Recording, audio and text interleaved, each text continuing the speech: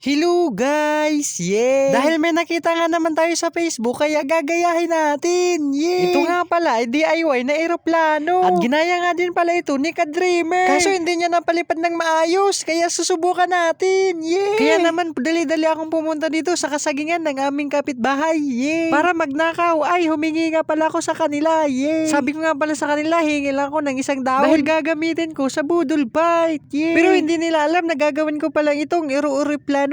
Yeah. Dahil wala akong pambili ng laruan kaya ito na lang ang paglalaruan ko. Hindi yung puso niya. Yeah. Pagkatapos nga kumuha ay ginupit ko na nga pala ito. Ginupit ko nga pala ito ng maayos para maganda yung lipad niya. Yeah. Kung wala nga pala kayong laruan, gumawa lang kayo nito para paglaruan nyo. Hindi yung puso ng jowa nyo na paglaruan nyo. Yeah. At pwede nga pala itong gawing negosyo. Gumawa lang kayo ng marami at ibinta sa mga bata. Pero joke lang. Yeah. Matagal nga pala ang pagkagawa ko nito dahil gusto ko talaga perfect yung paggawa ko. Para maganda ang lipad, yay! At ito na nga pala, nagawa ko na, kaya ready to flight na, yay! Susubukan ko talaga kung totoo ito.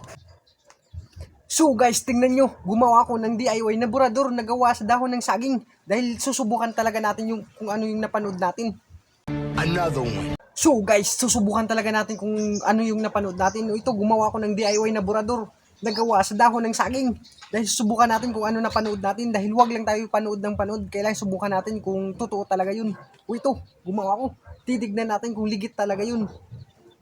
Susubukan natin. So ito na guys, the moment of truth. Papalipadin natin kung totoo talaga yun. Isa pa. Susubukan natin ulit kung totoo talaga yun. Ito.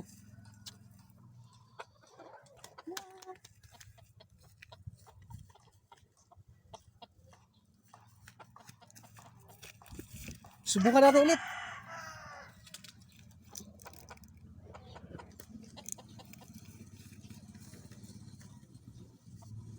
Ito, subukan natin.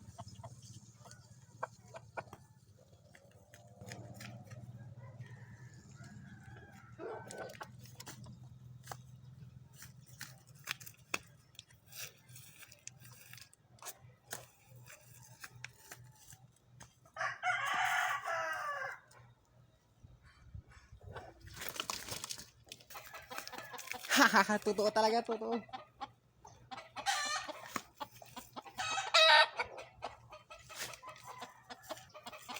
So, ligit nga yun guys. Tingnan nyo, lumilipad siya.